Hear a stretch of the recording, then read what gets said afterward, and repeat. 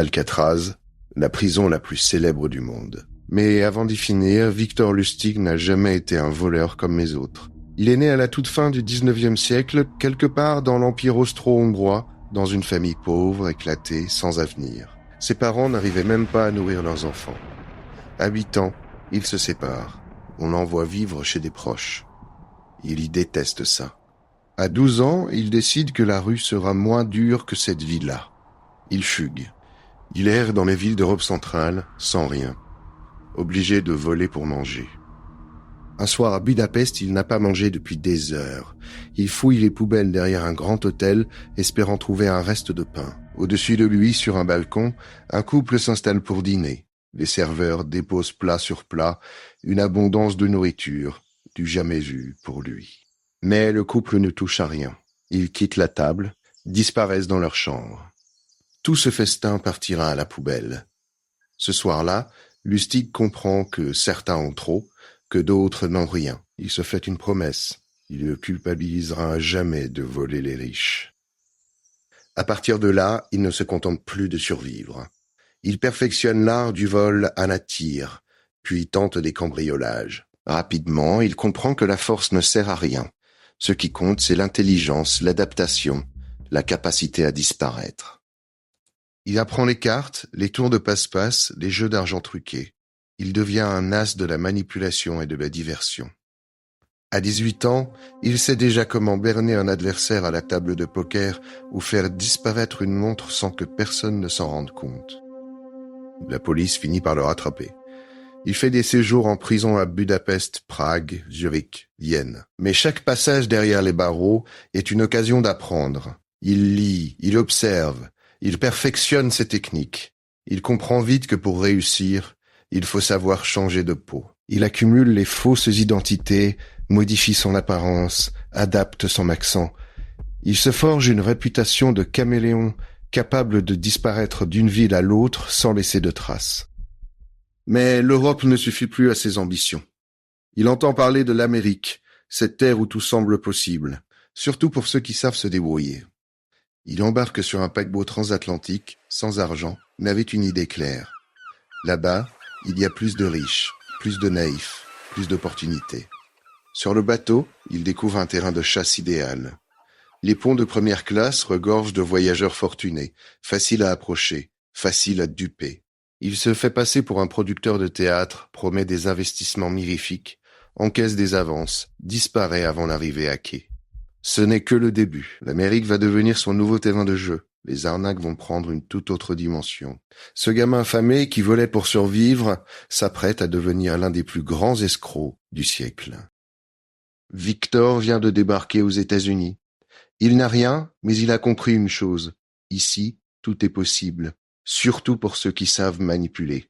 Il enchaîne les traversées sur les paquebots, cible les riches passagers, s'invente producteur de théâtre ou aristocrate ruiné. À chaque fois, il encaisse des avances, promet monts et merveilles, disparaît avant même que la victime réalise qu'elle s'est fait avoir. Quand la guerre coupe le trafic transatlantique, il se rabat sur les grandes villes américaines. New York, Chicago, la Nouvelle-Orléans. Partout, il change d'identité, adapte son accent, ajuste son costume. Il devient le comte Lustig, exilé politique, héritier d'une fortune bloquée en Europe. Les Américains, fascinés par la vieille Europe, tombent dans le panneau. Mais Victor veut plus que les petites combines. Il cherche le jackpot. Il trouve l'idée dans un atelier de menuisier new-yorkais. Une boîte en bois, 2 poignées en laiton, quelques cadrans, une fente pour insérer un billet. Il appelle ça la machine à dupliquer les billets. Le principe est simple. On glisse un vrai billet de $100, on ajoute une feuille vierge, on tourne la manivelle et 6 heures plus tard, la boîte recrache 2 billets identiques. Victor soigne chaque détail. Il fait fabriquer plusieurs exemplaires, tous parfaitement finis, lourds, crédibles. Il prépare aussi une série de vrais billets, retirés à la banque le même jour avec des numéros de série presque consécutifs. Il ne lui reste qu'à gratter, réécrire le dernier chiffre pour que les 2 billets paraissent strictement identiques. La clé de l'arnaque, c'est la psychologie. Victor ne propose jamais la machine de but en blanc. Il commence par gagner la confiance de sa cible. Il repère un homme riche, souvent un joueur ou un homme d'affaires. Parfois, il va jusqu'à lui voler son portefeuille, puis le lui rendre aussitôt l'air de rien, pour passer pour un type honnête. La victime baisse la garde. La conversation s'engage. Victor laisse entendre, du bout des lèvres, qu'il possède un secret, une invention capable de dupliquer l'argent. Il fait mine de ne pas vouloir en parler. L'autre insiste. Victor finit par céder, à contre-cœur. Il accepte une démonstration, dans la chambre d'hôtel, à condition que ça reste discret. La mise en scène est millimétrée. Victor insère un vrai billet dans la machine, glisse une feuille blanche, tourne la manivelle. Il explique qu'il faut attendre 6 heures pour que le processus chimique agisse. Pendant ce temps, il occupe la victime. Dîner, cartes, discussion. Quand ils reviennent, la machine contient 2 billets, parfaitement identiques. La victime doute encore. Victor l'emmène à la banque. Le caissier vérifie. Le billet est authentique. Normal, c'est un vrai. La victime est conquise. Victor laisse entendre qu'il doit partir, qu'il manque de liquidité, que la machine est trop lente pour ses besoins. La cible propose d'acheter la boîte. Victor fait monter les enchères, joue l'hésitation, finit par céder pour une somme énorme, parfois 10 000, parfois 30 000 $. Il encaisse, disparaît. La victime, elle, découvre la supercherie des heures ou des jours plus tard. Mais impossible d'aller voir la police. Comment expliquer qu'on s'est fait arnaquer en voulant fabriquer de la fausse monnaie? La honte est trop forte. La plupart préfèrent se taire. Victor répète l'opération dans tout le pays. À chaque fois, il change de ville, d'apparence, de nom. Il perfectionne la technique, affine le discours, cible toujours plus gros, mais un jour, il tombe sur une femme différente des autres. Elle s'appelle Billie May. Elle est riche, indépendante, habituée aux escrocs. Victor lui vend la machine. Elle comprend vite qu'elle s'est fait avoir, mais au lieu de prévenir la police, elle le traque. Elle le retrouve dans un hôtel, seul, sans armes. Elle ne cherche pas la vengeance. Elle veut comprendre. Elle admire le génie de l'arnaque. Elle lui propose un pacte. S'associer, combiner leurs talents. Victor accepte. Billie devient sa complice, sa partenaire, son amante. Ensemble, ils forment un duo redoutable. Elle apporte le réseau, l'audace, la capacité à flairer les bons coups. Lui, la technique, la mise en scène, le sang-froid. Avec Billie, Victor change de catégorie. Il ne se contente plus de piéger les joueurs ou les petits entrepreneurs. Il vise les millionnaires, les industriels, les mafieux. Les sommes grimpent, les risques aussi. Mais Victor se sent intouchable. Il a compris une chose. Tant que les victimes ont honte, personne ne parle. Personne ne porte plainte. La police ne le cherche même pas. Il a de l'argent, des contacts, une nouvelle identité à chaque coin de rue. Il se sent prêt à tout. Désormais, il vise plus haut, plus gros. Il veut un coup qui marquera l'histoire. Un coup dont on parlera encore dans 100 ans. Victor tombe sur un article dans la presse parisienne. La Tour Eiffel tombe en ruine. Les coûts d'entretien explosent. Certains élus murmurent qu'il vaudrait mieux la démonter que la réparer. Pour Victor, c'est l'opportunité parfaite. Il veut frapper un grand coup. Un coup qui dépasse tout ce qu'il a tenté jusque-là. Il débarque à Paris, s'installe dans un palace, adopte l'allure d'un haut fonctionnaire du ministère des Postes et Télégraphes. Il fait fabriquer de faux papiers à en-tête, des cachets officiels, tout ce qu'il faut pour être crédible. Il rédige 6 lettres, soigne chaque formule. Il invite les plus gros ferrailleurs de la ville à une réunion confidentielle dans un salon privé de l'hôtel. Motif: une opération d'État urgente, strictement confidentielle. Le jour venu, les 6 patrons arrivent, tirés à 4 épingles, intrigués et nerveux. Victor les accueille, se présente comme délégué spécial du gouvernement. Il explique que la Tour Eiffel, conçue à l'origine comme une structure temporaire, coûte trop cher à entretenir. L'État a décidé de la vendre à la découpe, mais veut éviter le scandale. Il insiste sur la discrétion absolue. Il déroule les chiffres. 7000 tonnes de fer, des centaines de milliers de rivets, une opération logistique titanesque. Il cite des détails techniques, des dates, des procédures administratives. Tout est précis, crédible, implacable. Les ferrailleurs sont suspendus à ses lèvres. Victor flatte leur ego. Vous êtes ici parce que vous êtes les meilleurs du secteur. L'État ne pouvait confier ce secret à n'importe qui. Il laisse planer l'idée d'un marché réservé à une élite, d'une opportunité unique. Il distribue les dossiers, annonce que chacun peut remettre une offre scellée pour racheter la tour. Mais Victor a déjà repéré sa cible. André Poisson, le plus jeune des 6, nouveau venu dans le secteur, veut prouver sa valeur. Il est nerveux, trop pressé de réussir. Victor l'invite à rester après la réunion. Quand il se retrouve seul, il change de ton. Il soupire, évoque les difficultés de la fonction publique, les salaires ridicules, les tentations. Il laisse entendre que, pour accélérer le dossier, il attend un geste. Poisson comprend tout de suite. Il s'agit d'un pot de vin. Il n'est pas choqué, au contraire. Pour lui, c'est la preuve que l'affaire est réelle.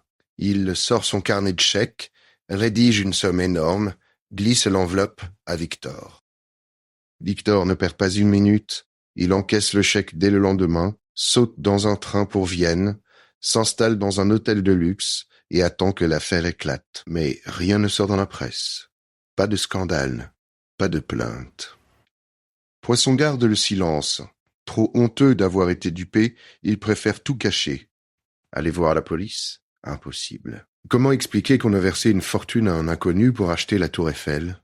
La honte est plus forte que la colère. Victor comprend qu'il tient là une faille psychologique majeure. Si la victime se tait, il peut recommencer. Quelques mois plus tard, il revient à Paris, relance l'opération avec une nouvelle série de ferrailleurs. Même méthode, même mise en scène. Cette fois, il encaisse encore un chèque.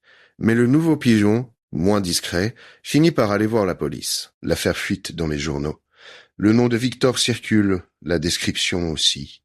Il comprend que le vent tourne. Il ne s'attarde pas. Il prend le premier bateau pour les États-Unis. Mais la mécanique s'enraye.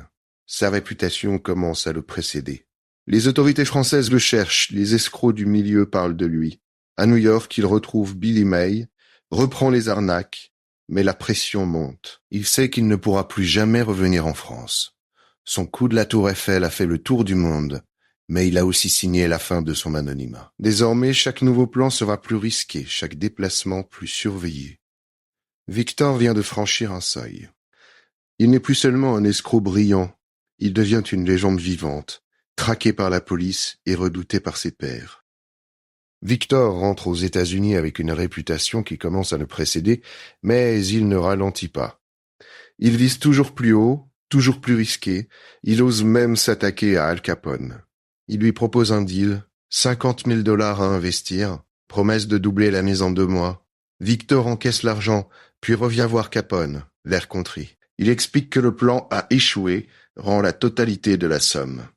Capone, surpris par cette honnêteté, lui file $5 000 de récompense. Victor n'a jamais eu l'intention de doubler quoi que ce soit. Son seul objectif, c'était d'impressionner le caïd et de repartir avec une enveloppe. Mais le contexte change. La Grande Dépression frappe. Les riches se font rares, les pigeons aussi. Victor doit trouver un nouveau filon. Il se tourne vers la contrefaçon, mais à une échelle jamais vue. Il s'associe avec William Watts, pharmacien et graveur de talent. Ensemble, ils produisent des faux billets de $100 d'une qualité telle qu'un expert les qualifiera plus tard de supernotes de l'époque. Là où la plupart des faussaires se contentent de petites coupures pour passer inaperçus, Victor vise les grosses sommes de May. Il est convaincu que ces billets sont indétectables. Le duo écoule plus d'1 million de dollars en faux billets. L'argent circule partout, jusque dans les banques. À ce niveau, ce n'est plus une arnaque, c'est une menace pour la stabilité du dollar. Le Secret Service, à l'époque chargé de la lutte contre la fausse monnaie, monte une équipe spéciale. Agents fédéraux, police de New York, policiers d'État, tout le monde est mobilisé. Mais Victor reste insaisissable. Il change de planque, multiplie les identités, brouille les pistes. C'est une erreur qui va tout faire basculer. Victor tente encore une fois son vieux tour de la machine à dupliquer les billets sur un shérif texan. Sauf que cette fois, le shérif revient, furieux, et Victor, pour le calmer, lui refile $50 000 en faux billets. Le shérif finit par comprendre la supercherie. L'affaire remonte jusqu'au Secret Service. Désormais, Victor est la cible numéro 1. En 1935, la traque s'intensifie. Les enquêteurs savent qu'ils ont affaire à un réseau organisé, mais ils peinent à localiser le chef. C'est finalement une dénonciation anonyme qui fait tomber Victor. L'adresse de son atelier de contrefaçon atterrit sur le bureau des agents. Le 10 mai, ils interceptent un appel. Victor doit passer sur place à une heure précise. Ils l'attendent, l'arrêtent sans résistance. Officiellement, personne ne sait qui a balancé. Mais tout pointe vers Billie May, son ancienne complice et amante. Victor l'a quittée pour une autre. Blessée, elle aurait livré son adresse par vengeance. Victor se retrouve au centre de détention fédéral de Manhattan. Il risque des décennies de prison. Mais il n'a pas dit son dernier mot. En septembre, il organise une évasion digne d'un film. Il fabrique une corde de fortune en nouant des draps, scie les barreaux de sa cellule avec une pince qu'on lui a fait passer. Il descend le long de la façade, se fait passer pour un laveur de vitres, salue les gardiens d'un geste, disparaît dans la nuit. Sur son lit, il laisse un mot moqueur à l'attention des surveillants. La liberté ne dure pas. Sa notoriété joue contre lui. Les autorités mettent tous les moyens pour le retrouver. Moins d'un mois plus tard, il est repris. Cette fois, aucune chance de s'évader. Il est condamné à 20 ans de prison, direction Alcatraz, l'île prison, symbole de l'enfermement total. Mais même là, Victor ne s'appelle plus Victor Lustig. Sur les registres, il devient Robert Miller. Certains pensent que ce nom était peut-être le vrai, celui qu'il cachait depuis toujours. Victor passe ses dernières années derrière les barreaux. Il se plaint d'être malade. Les gardiens pensent à une nouvelle ruse. Mais cette fois, il dit vrai. Il meurt d'une pneumonie en 1947, à 57 ans. Sur son acte de décès, on lit « Apprenti vendeur ». Un résumé dérisoire pour un homme qui a fait trembler les banques, ridiculisé les mafieux, vendu la Tour Eiffel et défié la police de 2 continents. Son vrai visage reste flou. Plus de 45 identités recensées. Des origines incertaines. Des légendes à l'appel. Des pans vers ce qu'on s'étoffait en... Il laisse derrière lui une trace étrange. Ni héros, ni simple voleur, mais un homme qui a fait de la manipulation un art. Les archives, les témoignages, les romans s'accumulent, mais le mystère demeure. On continue de raconter ses exploits, de débattre de son génie ou de sa folie, mais au fond, qui était vraiment Victor Lustig? Un simple escroc ou le plus grand illusionniste du siècle?